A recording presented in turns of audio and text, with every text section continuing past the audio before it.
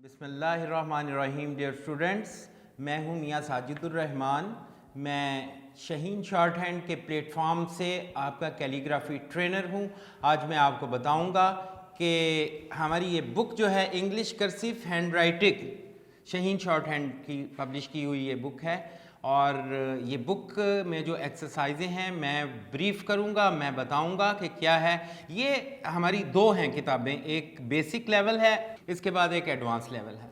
तो basic level के मैं आपको बताऊंगा कि क्या है। सबसे पहले मैं आपको बताता हूं स्टूडेंट्स कि मैंने इसमें अल्फ़ाबेट्स लिखे हुए हैं। ये देखें 26 अल्फ़ाबेट्स होते हैं, कैपिटल लेटर्स में लिखे हैं और उसके बाद स्मॉल लेटर्स में, ये हाथ से किए हुए हैं। और ये स्मॉल लेटर्स में आ गए, मैं आपको दिखाता हूँ।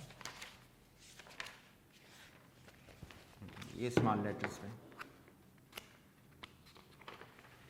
अच्छा, इसके बाद आप देख रहे होंगे कट मार्कर से, यानी कैलीग्राफी। कैलीग्राफी कहते हैं जो कट मार्कर या कलम से लिखा जाए, आर्टिस्टिक, उसे कैलीग्राफी बोलते हैं। और पेंसिल ग्राफी बोलते हैं, जो आप पेंसिल से लिखते हैं उसको पेंसिल ग्राफी बोलते हैं।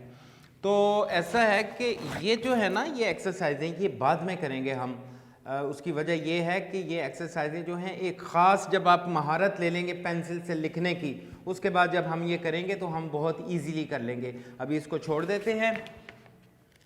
ये टोटल 5 एक्सरसाइजें हैं, ये हम बाद में करेंगे। उसके बाद जनाब हम आते हैं अल्फ़ाबेट्स के बाद एक्सरसाइज नंबर 1 है।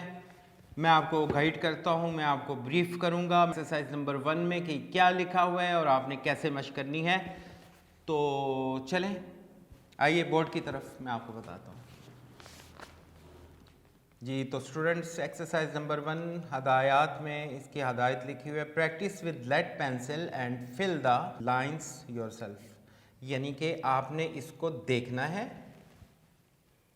इनकी अशकाल को गौर से देखें, फिर नीचे डॉट्स लगे हुए हैं, डॉट्स में पेंसिल से लिखना है।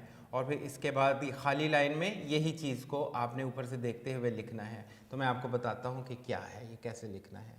सबसे पहले है जी हमारा कैपिटल में, कैपिटल लेटर्स में ए है, ये ले गए, थोड़ा सा इसको ये टर्न किया और इस एंगल में लेके आए।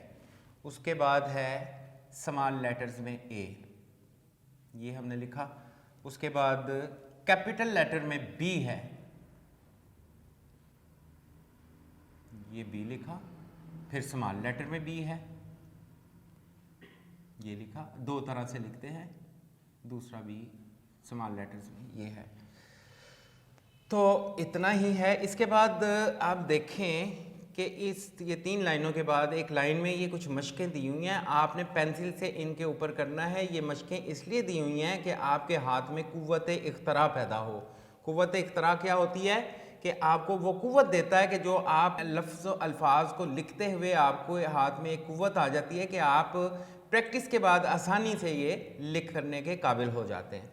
तो मशकें हैं जनाब, ये देखें जिस तरह इन्होंने दिया हुआ है, हमने किताब में ऐसे ही करना है, एक छोटी एक बड़ी, क्योंकि ये जो है ना स्टाइल इंग्लिश हैंड राइटिंग का, ये बहुत प्यारा स्टाइल है। इसके बाद ओवल्स हैं, ये 4 लाइनों पे हैं, तो हमने भी ये 4 लाइनों पे इस तरह प्रैक्टिस करनी है। अच्छा, एक चीज़ मैं आपको बता दूं कि सर्कल और ओवल में थोड़ा सा फ़र्क है। ये है सर्कल, लेकिन हमने जो करना है वो ये है, इसका एंगल ये है और इसका एंगल ये है। हमने ये करना है, हमने ये नहीं करना।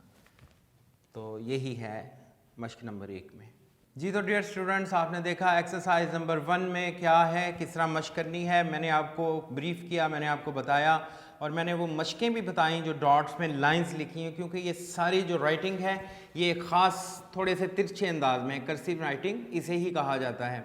तो उसके लिए ये मशकें जो हैं मैंने आपको बताई, ये वाली ये मशकें करनी है। और डियर स्टूडेंट्स, एक बात मैं बता दूं आपको, देखें ड्राइंग आर्ट है, ये जो लिखना है ये भी एक आर्ट है और ये बड़ा मुश्किल है, ड्राइंग से मुश्किल है ये। तो आपने बिल्कुल भी परेशान नहीं होना, घबराना नहीं है। जब आप घबराने लगें तो आप एक शेर मैं आपको बताता हूँ यहाँ पे। वो हमारे नाना अब्बा जो थे वो हमें बताया करते थे कि ना घबरा कसरत गम से हसूल कामयाबी में, कि शाख गुल में फूल आने से पहले खार आते हैं। यानी शाख गुल में फूल आने से पहले कांटे आते हैं। तो आपने बिल्कुल भी घबराना नहीं, बहुत सोच के मोहब्बत से मेहनत से करना है और अपनी स्पीड को ज़रा आपने कम रखना है। तो मुझे उम्मीद है कि एक्सरसाइज नंबर 1 को आप फॉलो करेंगे, जो मैंने आपको ब्रीफ किया, जो मैंने आपको बताया उसके मुताबिक आप मश्क करेंगे।